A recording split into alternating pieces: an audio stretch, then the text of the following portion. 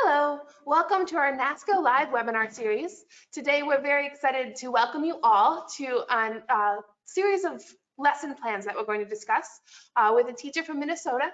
And we're really excited to talk about these AFNR lesson plans, which are written for the high school level that we worked with Ethan for the last few months to really develop here at NASCO. NASCO is an education solutions company. So what we do is we try to listen to our teachers and we try to kind of hear what the challenges are in the current environment. And certainly in today's world, there are many challenges. And then we try to help come up with some solutions to make life maybe a little bit easier, to get resources closer to the tips of our teachers' fingers to save time, because certainly it is a very busy profession. And so I want to thank you all for the hard work that you do to get our students excited about all sorts of content, but especially our AFNR content is near and dear to our hearts. Here at NASCO, we actually were started by an ag teacher decades ago as an agricultural supply company. And then in the decades since, we've become also an education company. So it's an area that we're really excited to share with you all today. And as I mentioned, Ethan is joining us from Minnesota. So thank you for joining us today. Thank you for having me. It's my pleasure to be here. Excellent. So a little bit about Ethan. Ethan recently finished his first year as an agricultural education instructor and FFA advisor at the Mankato Area Public Schools. AFNR programming was actually just reintroduced into the Mankato School District in the 2019-2020 school year after a 30-plus year absence. In his first year, he taught at 3 different high schools, including an alternate center and 2 large high schools. The same year, the AFNR program included only 4 students with limited FFA involvement. And now looking forward for the 2020 to 2021 school year, the program grew by 700%, having over 280 students enrolled in those AFNR courses. Prior to teaching, Ethan earned his bachelor's in animal science and agricultural communication and marketing and master's of science in agricultural education at the University of Minnesota Twin Cities. Outside of teaching, he works for the National FFA as a state office program facilitator. He enjoys judging youth dairy shows, as well as assisting on his family's dairy farm.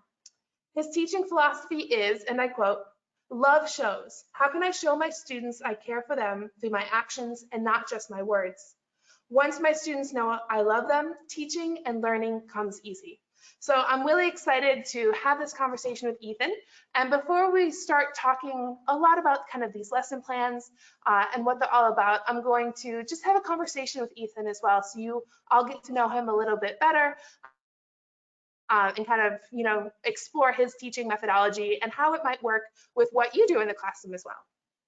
So Ethan, can you tell me, how did you get interested in teaching AFNR? So my freshman year of college, I actually enrolled at the University of Minnesota as a pre-vet major with plans to go to medical school and become a human doctor. But I quickly realized that I wasn't really interested in working with sedated people. I was more interested in working with awake, interactive people. And growing up in a strong agricultural community and on my family's dairy farm, agriculture was a really natural fit. And I knew I wanted to be involved in the agricultural world, which also slightly disconnected me from the medical field. But then also really realizing where my talents and skills were around educating others and advocating for our agricultural industry got me connected and hooked. But then later that summer, I was actually engaging with one of my mentors, and he mentioned a quote that has stuck with me since. And this quote said that doctors don't save lives, they extend them. Teachers save lives. And from that moment on, I knew that a classroom is where I was meant to be, and working with students and really helping them reach their full potential was what I wanted to do, because I firmly believe that education is the foundation for success. That's wonderful. I love that quote too. What inspiration and power. My next question is, what is your favorite lesson and skill to teach in the classroom? My background is in animal science. My undergrad degree is actually in animal science, and so I love teaching the animal side of things. And so specifically animal nutrition, weirdly enough, I think that it's interesting for us to draw the connections between human nutrition and animal nutrition, and actually the similarities there. And just the fact that we know so much more about animal nutrition, especially in the dairy world, than we do about human nutrition as a whole. And just that sheer fact alone just enamors students, because this really impacts them. But I also really enjoy a lot of the other areas as well, doing some hydroponic units with my students and them really being able to produce their own food. I teach in an urban school, but also has a lot of rural connections, as right outside our city is a lot of farms. And so trying to create lessons that tailor to all the students that come from a non-traditional agricultural background, all the way to that traditional farming background, trying to balance that approach to really reach all the students. And so lessons like I'm going to be going over today, I think are a really cool balance of, the suture lesson, for example, is one of my favorites, because it does target some of those urban students that have seen the medical field but aren't necessarily interested in working with humans, but then also these agricultural folks who have seen vets come to their farm and maybe perform some of these practices on their animals and now want to try it for themselves. And so definitely the animal science would be my strongest passion, but really that has expanded as I continue to teach. That's great. Okay, so my next question is, what plans do you have in place for returning to school this unprecedented fall? So my principal actually just walked in about 2 hours ago and alluded at the fact that we might be doing a hybrid option. And so for me, I'm actually quite excited about that, because I do a lot of project and hands-on based learning in labs. And so that would actually work super well for me, in the fact that they could do the pre-work before coming to the classroom during their virtual time. And then when we're actually in the same space, we can do some of these labs. And what I'm most excited about is this reduced teacher to student ratio, and really taking advantage of that to build these relationships, but then also to really make the most of the learning opportunities through that one-on-one interaction that will be heightened because of a smaller class size. That's great. And way to also see kind of the silver linings in it, because it could be hard in a lot of people's perspective, but I love the tone that you're taking, that there's great opportunities this year as well. Mm-hmm. And then my last question for you is, what is your favorite part about teaching? I would definitely have to say my students, and I think a lot of the teachers on the call would hopefully echo those statements, and just seeing and interacting with them on a daily basis, and getting to know the whole student. I know that's a huge push right now in education, is this also social and emotional learning. And so getting to know the whole student and being able to promote and advocate my students. I think that especially in an agriculture world, we do teach knowledge, but we also teach skills. And these are lifelong skills that these students will take with them. And so just being able to work with these students and teach them skills that will help them have successful futures is what I love about education. That's wonderful. Well, thank you for answering my couple questions. And before we jump right on into the conversation where you're sharing some of these lessons, I did want to point out to everyone that there are 4 handouts, and we'll be going in depth into 2 of the handouts and lessons. As Ethan said, one on sutures and also one on scat. But you can download all 4 of those lesson plans that Ethan shared with Nasco, so that we could provide them to teachers for free. And this is a little bit of a sneak preview, because we are just getting these up and live on our website now. So you're getting them in your hands kind of before most people. So go ahead, download those, and you can look at those as he's talking. The other thing I also wanted to say is that if you have any questions today, please go ahead and type them into the chat box. And then as Ethan is presenting, I will be voicing some of your questions to him, so that we can have a conversation. But if you type it in there, we'll make sure that we get them answered today. So without any further ado, Ethan, I'm going to turn it all over to you. Great. Thank you so much, Jenny. As Jenny mentioned, please drop those questions her and I were discussing earlier. And one thing I miss about the in-person teaching is that that I miss the interaction, the live interaction. So please drop in those questions as they come up, because I want to be able to reach and answer what you all need to show up the best in your classroom for your students.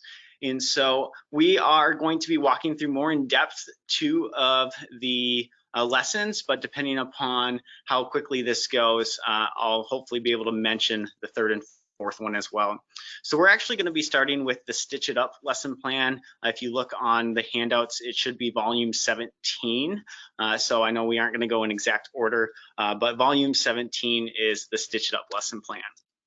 And so this lesson, I do have it for 1 to 2 days, but I am going to start by saying that this lesson could be greatly extended as well. I teach this in my Intro to Animal Science course. If I were going to teach this in a vet science course, which I'll hopefully be adding in the future, this is something I would spend a lot more days on, because in my Intro to Animal Science course, we basically learn how to suture and talk about what stitches and sutures are used for, and that's about it. But if I were going to do this in a vet science course, I would do it in a medical procedures type unit, and where we'd also go over sterile practice. And before we do any of this suturing, we'd have to sanitize and sterilize the bananas just for the students to be able to practice those skills that we've learned throughout this time. Even making it more in depth, we could learn animal restraints and then sterile practice, and then talking about suturing. And so there's really a lot of different ways to go about this. And so basically what I'm going to do is walk through these lessons and talk about how they would work in the classroom. I will, as mentioned, we are most likely doing a hybrid option this coming fall, and so I'll talk about some hybrid options, but then I know there might be some listeners that are going completely virtual, and so I'll try to mention some of those as well. I will say that this first one especially might be a slightly challenging to do completely virtual, just because of the needles and the concerns some schools might have with those if you were to send those home. But without further ado, diving into the lesson plan. And so on that first page, we can see the materials list. Going over that, banana, 1 per student is kind of ideal. There are 2 different suture methods that we utilize. And so giving students a full banana to cut into 3 to 4 sections is great, because then that way they can have either 2 bananas they actually suture on and 2 controls, or you can also give 2 for practice and then 2 for a final sort of assessment.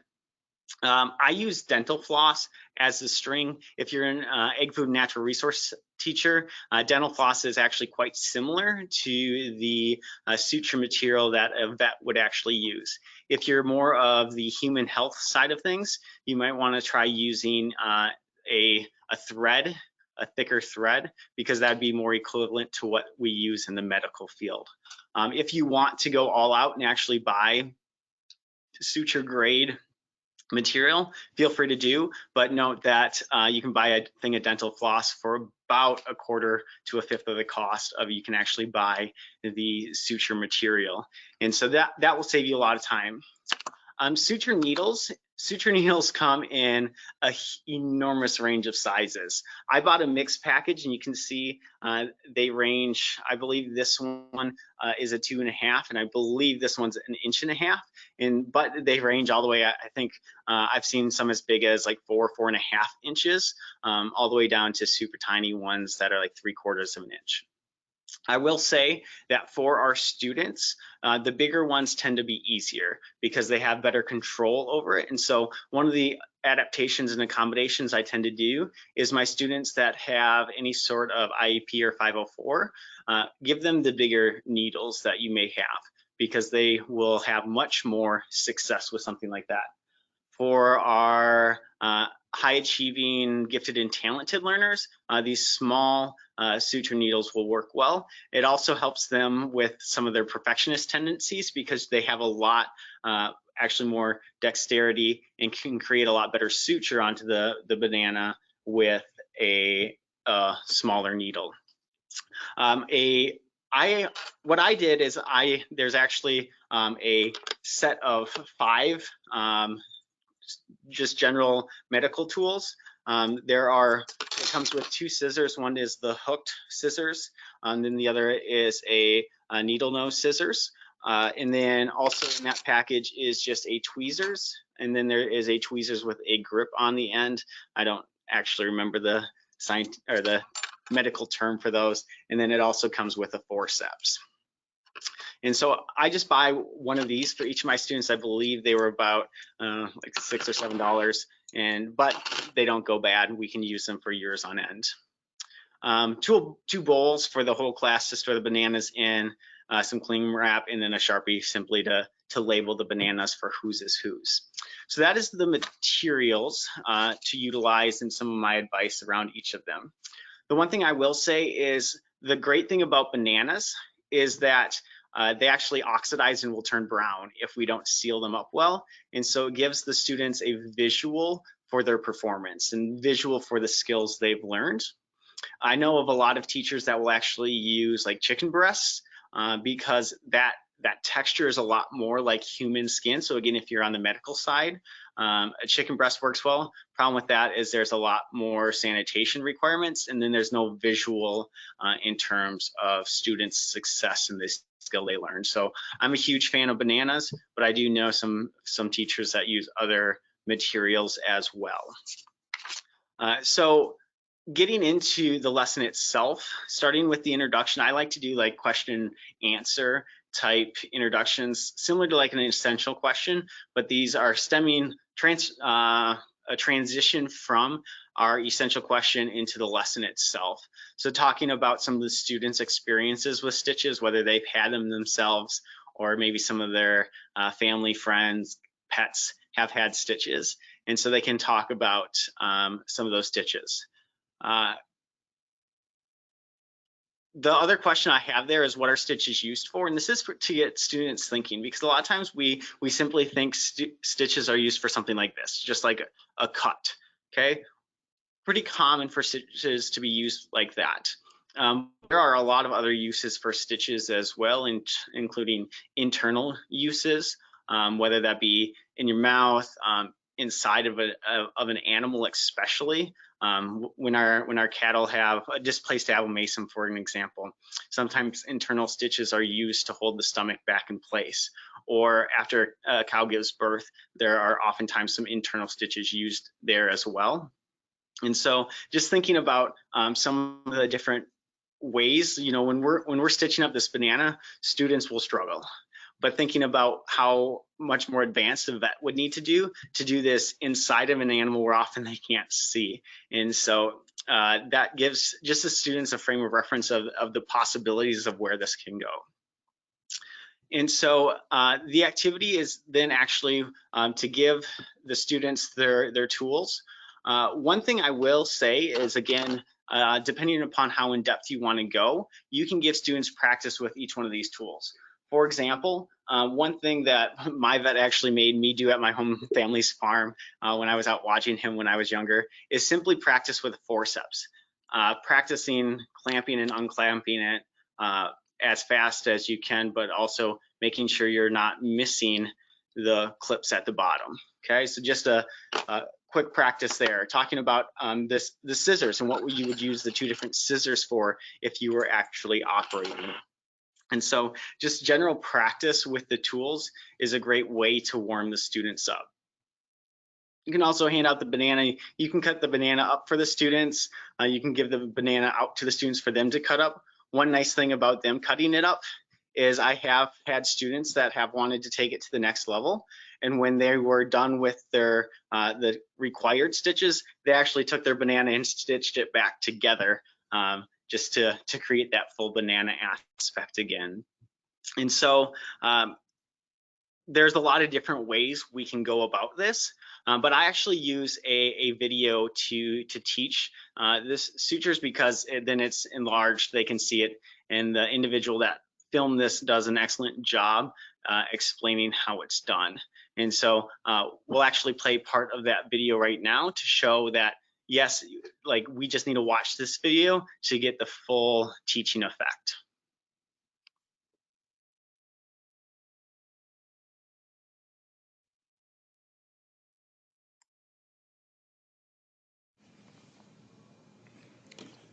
To do a continuous suture, you're going to start exactly the same way you would an interrupted. You're going to make an incision, come through the inside of the wound, pull till you have about a 1 or 2 inch tail, repeat it,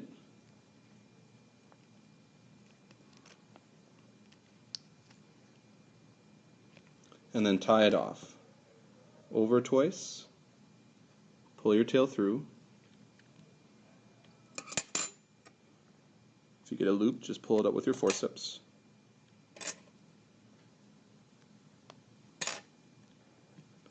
Because we went over the first time, we're going to go under the second time. Grab your tail, pull it through, and tie it tight. However, now instead of cutting it, we're going to keep doing our same pattern as before without cutting. So again, we're going to go in about the same point, come through the wound, and then just keep going.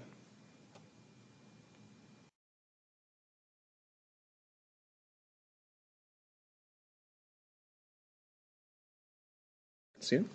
So, let's see, if we get a needle, and you'll have a whole bunch inside, all you're going to be doing is tying a square knot. So take your needle,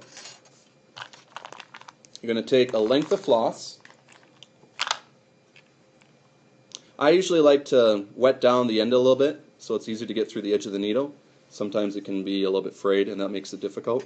And what you're going to do is get it through the eye of the needle, like so, and you're going to tie a square knot. To tie a square knot, what I like to do is go behind and around first, and do a slip knot like so, and then pull it tight. And because I went behind the first time, I'm going to go in front the second time and around. So I'm going in around like so. I'm going to pull it off, and you just want to check to make sure you got it right. If it's a square knot, when I pull, it shouldn't shift at all, and you can see that's the case here. So it's not shifting. If I did a granny knot, when I pull on this, it should pull the other end through, which it's not, so I have it right. As long as it doesn't come untied, that's the key. I'm going to snip off my tail so it's relatively short. I don't want it all the way down to the knot because then it might pull out, but I do want it to have about a 1/2 inch for a tail. I'm going to take my needle holder and I'm going to grasp it about 1/2 to 2/3 of the way, like so. So if you can see that, yours should look like this before you get started. What I'm going to do is I'm going to lift up my skin with my forceps.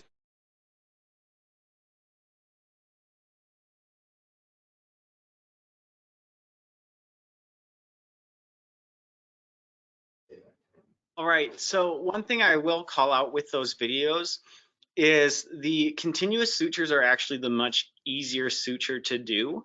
And so that's where I tend to start with my students.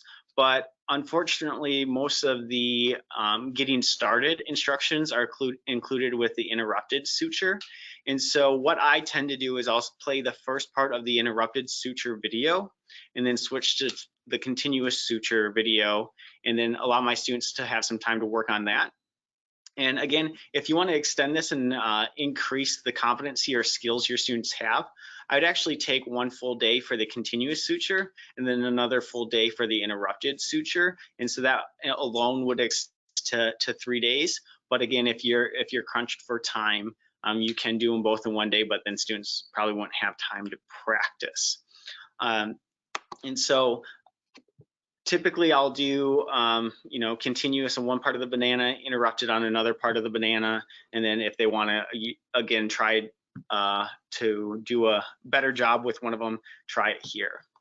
And so once they have those finished, they'll simply take them, write their name on them, and then we'll put them in a bowl and we keep them in a fridge for typically 2 days to really see how well they did.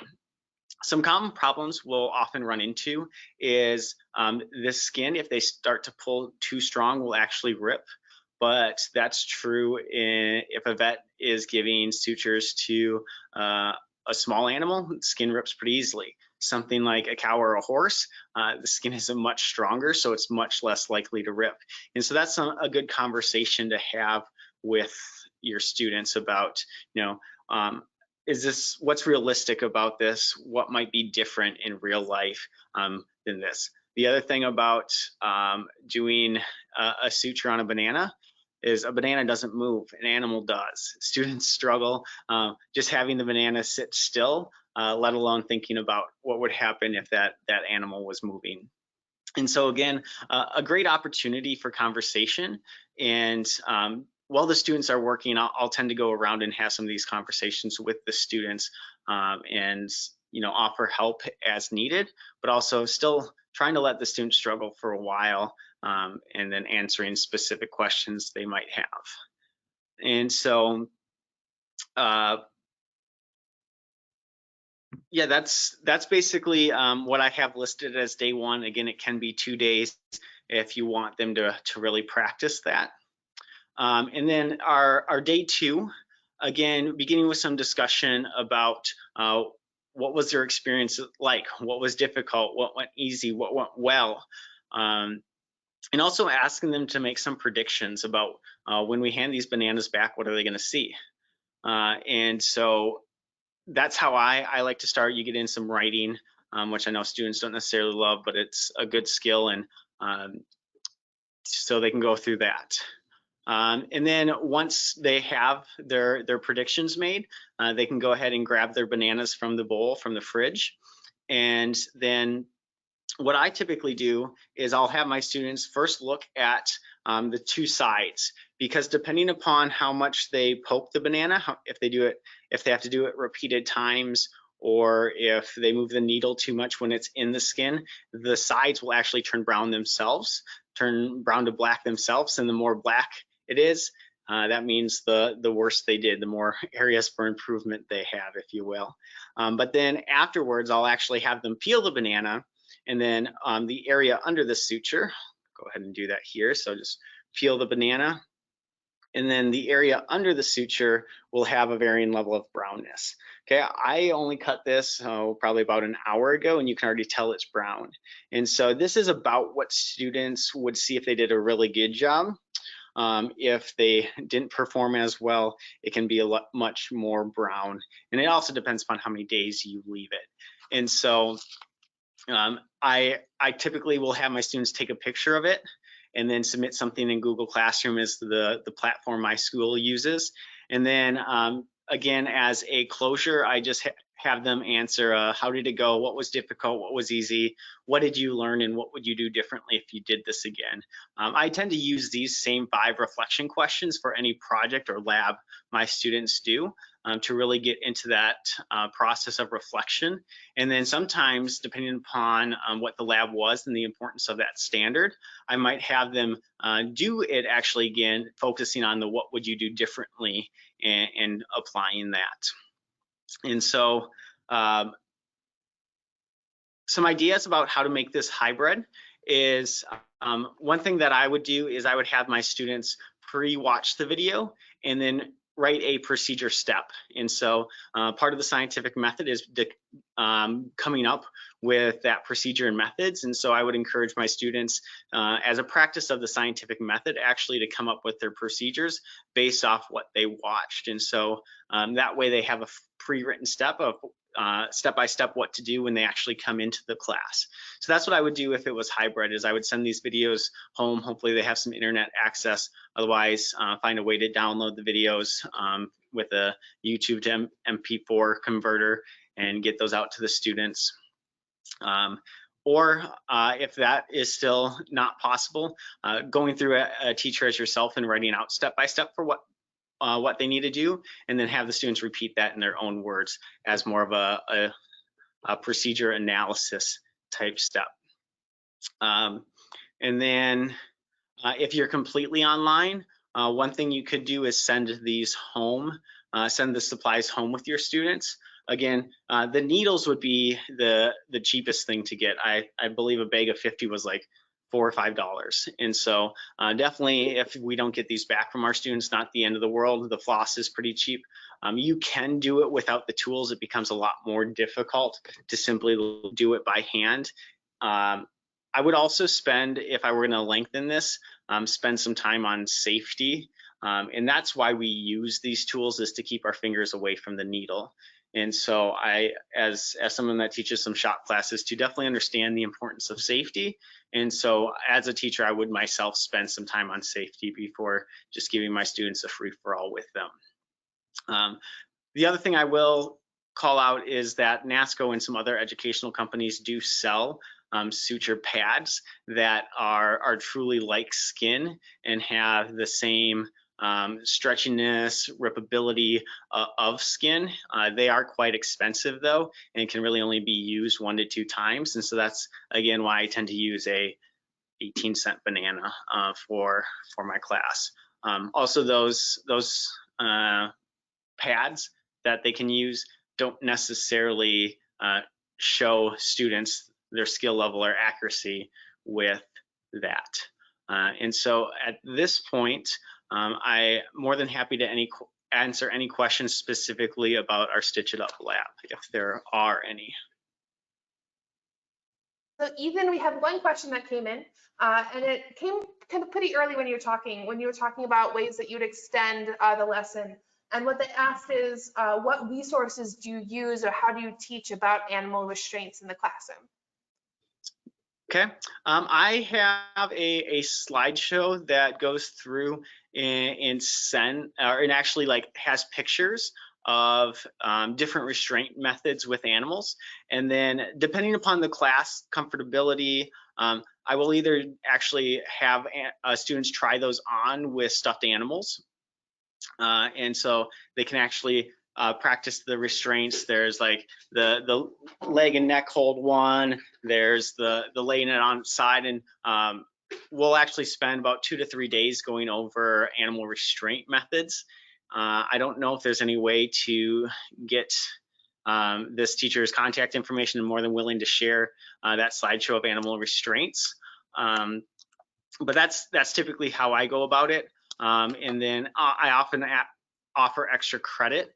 And if students go home and take pictures of them performing these restraints on their actual live animals, we'll give them some extra credit for that. Or I know some teachers that actually make that a homework assignment, depending upon how many students in the class actually have pets at home, they could try them on. And so that's how I typically go about teaching animal restraints, is go through step by step. I show a slide, demonstrate myself, and then have the students demonstrate. You can technically have the students act as pets and do show the restraints on a friend. All of them are not very intrusive, and so at most they'd have to like touch the neck area, but otherwise it's mostly like wrists and ankles. So they are fairly non-intrusive. So it is something you could have them do with a friend, someone they're comfortable with as well. And so again, picture, I demonstrate, students demonstrate, and then they can also demonstrate at home if you want to take that a step further. Great, thank you. And that's our only question so far out, so I'll let you keep going. Awesome. So yeah, I mentioned a few of the accommodations with the needle size. I did mention also that the interrupted suture is quite a bit more difficult. And so depending upon the level of function of your students, you might want to think about having students do both. Changing the needle size, and then also with the assessments, it's a lot of just reflection and then evaluating of their own skills. You can evaluate their skills as well too, or you can just evaluate the reflection and then evaluate accordingly based on level of function. So that is the Stitch It Up lesson plan. Again, if you have any more questions that come up, please feel free to ask those and we'll address them at the end. Our next lesson plan is one on natural resources called Who Did It? And that's actually volume number 20 down in the handouts if you'd like to follow along with us there. Give you 1 second to get that pulled up. So this lesson works super well for any communities that really enjoy hunting, the outdoors, natural resources, hiking, and so students can really get into this because we're talking about scat, we're talking about poop, and students tend to think that's pretty funny, and so it tends to hook them from the beginning. And then I just talk at the intro of this one, talking about who hunts, who enjoys nature, and then talking about how we can identify animals that are around us, even if we can't necessarily see them. And students tend to pretty easily get the tracks, especially, but thinking about the scat and then other signs as well. For example, deer in their scrapes, beavers in the logs they chew, and then any other in your area of the country, thinking about what animals are common and what else they might leave around. And so owl pellets, technically not scat, but it's something that we could find and know there's owls around. And so this lesson, I will say, I left fairly flexible, because here in Minnesota, the animals that I would use and have my students try to find would be a lot different than I'm guessing the teachers that might be joining from California or Florida, or even the Northeast, Northwest. And so be thinking about what animals you have that are found in your backyard and in the woods nearby the school, and try to focus more on those with your students to make it more applicable. And so this is a very student-driven lesson. And as a teacher, it's a lot of pre-work in terms of setting up the classroom, either that morning or the class period before. But after that, it's really student-driven. And so basically what the students will be doing is creating an ID book, one for scat and one for tracks. And so day one, I have started with scat. And so I will set up stations around the room. I believe the bucket there has 16 different scats. And so I'll just set up 16 stations around the room and have them labeled with the actual animal they're for. So I'll set up the black bear scat and write black bear next to it. And then students will travel around with either note cards, post-it notes, or they can cut up their own piece of paper depending upon what you have available in your classroom. And they're actually going to be making little activity ID books. I call them ID books. You know, you can really call them the dictionary of scat, if you will. And so yeah, Jenny's showing them right there. That's what they look like. They do look very realistic. The one thing I will warn is make sure they're always there, because students try to take them and play pranks with them. And so I always try to keep a close eye on these. And so students will travel around with those note cards, and on the front side of that note card, they'll write the animal's name. And on the back side, they'll do their best drawing to draw the scat. As you can see, most of them are brown, and so you'll either want to just keep them done in pencil and pen and not get the actual color, or be sure to have lots of brown colored pencils or markers available. The other thing to note with your students is, as you can see, these are actually done to size. And so talk with your students about drawing to scale, and if you even want to come up with some sort of legend, you could there. And so again, pulling in some of these math standards into our agriculture classes, one way to help keep our programs more prevalent.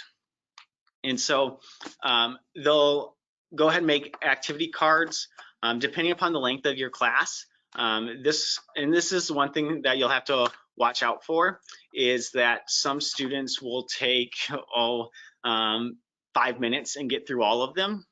And then others will take the full, 40 to 50 minute class period to get through all of them. And so those students that get done really early, challenge them and just say, just pull up their picture of their scat and say, what is this? And if they can't identify it, encourage them to go take some more time drawing and actually getting the detail that is needed. And I get it, they're just drawing poop. But at the beginning, just call that out and say, this is something that we could get done very quickly, but the more time we put into it, the better off we're going to be. and if students really just don't try, that's when I tend to actually let them use their ID books on the actual test, and then tend to try to make the test as difficult as possible to kind of promote that we get rewarded for the effort we put in, and then possibly letting them try again. And so just thinking about some problems you'll face in the classroom, that tends to be one, is you'll have students that spend a varying amount of times on this. Okay, and then day 2, we'll do the same exact thing except with the tracks. And so lay the tracks out around the room. And I believe the tracks bucket that comes from Nasco has a few more animal options, and they also vary. You can buy different packages that have different animals. So again, focusing on the one that's most applicable to you. So lay those out around the room. Again, have students travel around with their note cards, Post-it notes, or just a piece of paper, and create their own note cards. And on the front, write the animal, on the back, draw the track. Again, huge difference in size, and so you can pull that in. And then day 4, I actually tend to have a practice. And so I'll set up stations around the room just numbered 1 through 30, and I'll tend to set out the track and the scat right next to each other. And then they'll have an opportunity to travel to each one of their 30 stations with their book, without their book, with a partner, without a partner, whatever you want to choose as a teacher to practice their identifying. And then on the final day, I'll do a speed round review where I'll just have a PowerPoint with the different scat and tracks on them, and we'll go through them as fast as possible. One thing to make sure is different students are answering, and so maybe set up a rule that once you answer, you can't answer again.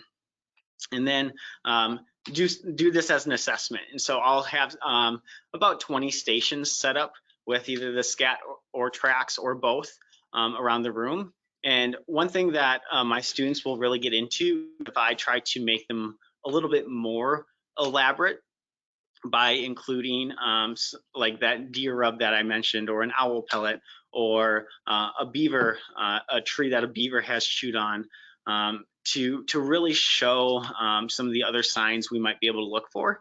And you can go to the extreme of writing scenarios of, Mr. Bob came here and did this activity, and on. What animal is Mr. Bob?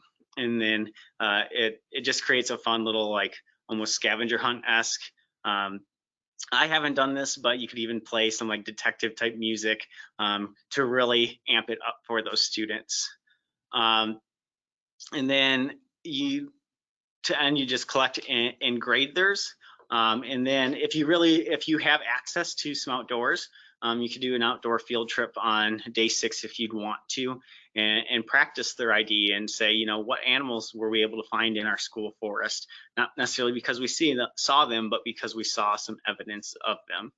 And so that's one way to make it much more real for the students. And so the drawing itself would work really well on a sub day if you were able to set out the scat the day before. And so if I were going to do this in a hybrid option, I would have students create their ID books at home and I would just create a PowerPoint of pictures of the scat and tracks, and they'd have to go through and make their own note cards. And then when they came to school, do some of the activities and assessment pieces with it.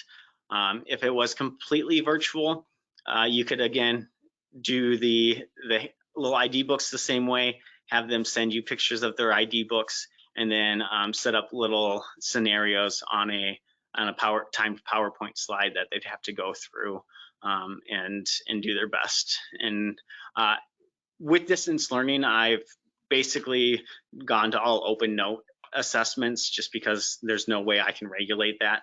And so you might as well just embrace students' commitment to making their ID books and allow them to use those on the assessments. And so that's tends to be how I would plan to go about this come the fall, depending upon what our schedule looks like. And so that's the Who Did It lesson plan. Are there any questions about this one? Someone before you talked about going on the field trip outside asked about if when you're talking about place-based learning and using scat that is, natural to your area, if you take them outside and what that experience is like with your students. I have just once. The schools where I teach at now, one has a super nice outdoor forest, the other one does not. And so I did bring them outside. Students loved getting outside. I would also tend to do that, like combine a few things, because think about if you get outside and you can't find any scat or tracks, which is very possible. I would also tend to do that after like a tree or plant ID unit as well. So you can just go on like a nature walk and there's social emotional benefits to getting outside, but then you can also apply those assessments of tree ID, plant ID, and then scat and track ID as well. And so try to kill multiple birds with the same stone if you are gonna get outside. Biggest thing, depending upon the high school class, you can do nature walks together as a full group. You can allow students to spread apart, and they're required to come back with 5 pictures of scat tracks or trees they found. So again, multiple ways to do that. Great. Were there any other questions, Jenny? No, we're good for now. Okay. So it looks like I have about 14 minutes total. Want to save a few time for questions at the end.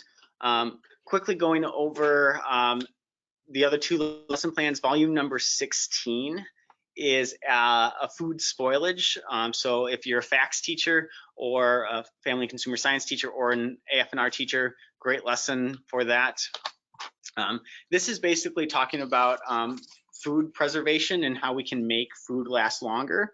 And we can do that basically in, 5 different ways, by changing oxygen, or removing oxygen, removing moisture, lowering the pH, heating or pasteurizing it, and then cooling, freezing it. And so basically this lesson takes 5 different foods and talks about different ways we can preserve each different food and why some are done with some foods and why some aren't done with other foods. For example, pickling milk doesn't work very good. Changing the pH of milk doesn't work very good because it changes a lot of the other characteristics. But pasteurizing milk works very good. And so this one, I will say, how I have it written, it is for a more upper level class because they have to find their own methods and procedures and write those out and receive feedback from the teacher. However, if you want to make this more for a freshman, even middle school type class, then you can provide more procedures and methods about how they might go about dehydrating, pickling, baking, pasteurizing some of these different items. And so I would also encourage you to look through this beforehand and some of the things you won't try with certain things. Like, for example, cheese, you can really try that with all of them. But something like milk, you can't really pasteurize, or you can't really ferment or pickle at all. And so like students that get that just won't have that option. The freeze option I tend to save for if we have some very low functioning students, I'll assign them the freeze option. And so super hands-on, super interactive lab. I will warn you as a teacher, it is a lot. And so just be prepared to do that on a day at a time when you have quite a bit of energy and are ready to tackle something that's a little bit bigger of a project. But students do love it because they end with some sort of food product that I tend to allow them to enjoy. But then they also have to do some reflection on, how does this allow food to last longer? You can extend this lesson by including more on food safety and food health, food preservation, why we refrigerate things. And so a lot of food safety could go into this lab as well. And so that's the food spoilage not so fast lab. And then the final one that I worked with Nasco on was how soil is made and breaking it down. And so this basically, it uses a how soils are formed collection kit from Nasco, and in that kit has a bunch of different rocks. It starts with rocks, then there's some gravel type materials, and then there's the sand, silt, and clay as well. And basically what students need to do is create a diagram that starts with our foundational quartz, feldspar, limes, or mica, and then talk about how over time that gets broken down from our original materials all the way to our final sand, silt, and clay that make up soil. And so that does include an answer key with it that talks about decomposition and deintegration, and talks about how soil is broken down. And then the assessment piece with that is I actually give them a cookie or a cracker, depending upon if I have something available in the classroom, or go out and buy whatever's cheap at that time. And then they actually have to show me with food how it'd be equivalent to soil. And so they'll start with the cookie and label that as quartz, for example, and then break it down a little bit and maybe label that as granite, and make it super fine, and then they might say that's the clay component. And so typically soil formation is a super boring topic, but this is one way I've found to make it much more engaging. I will say that before I would get into this, I would teach soil particle sizes, the sand, silt, and clay, maybe even do the soil layers lab, so students have a really strong understanding about different soil sizes and particles, and for that purpose. And so those are the two other labs that I worked on. Again, not going over those as in depth, but I think depending upon the class, could be incorporated well into a plant science course, and then a food science course, or even like a food chemistry type course. And so those are the 4 lessons, and willing to answer any questions that might come up with those other 2 or from the earlier 2. So I have kind of a general question, and by all means, as Ethan said, make sure that you submit any questions that you might have. So one of the questions that came in was, you're talking a lot about kind of your labs and those kind of things. How are you planning to social distance, or what things are you using to social distance in your classroom this fall? I think with a lot of them, especially like the scat tracks, if we set it up distantly and then force students to maintain a certain rotation, is a very easy way to force students to socially distance. And that way you could also ensure students are spending enough time on each one of the scat tracks to draw an accurate drawing. All these labs can be done very individually, and so there's no need to be in close proximity. The food spoilage lab is the one that probably would be the most difficult, simply because it does require quite a few materials, and to have enough materials for individual type projects would be difficult. But there's also very simple ways to do some food preservation methods, including like taking a meat sample, and let's say we take a meat sample and we put it in a bag with no oxygen versus in open air, versus with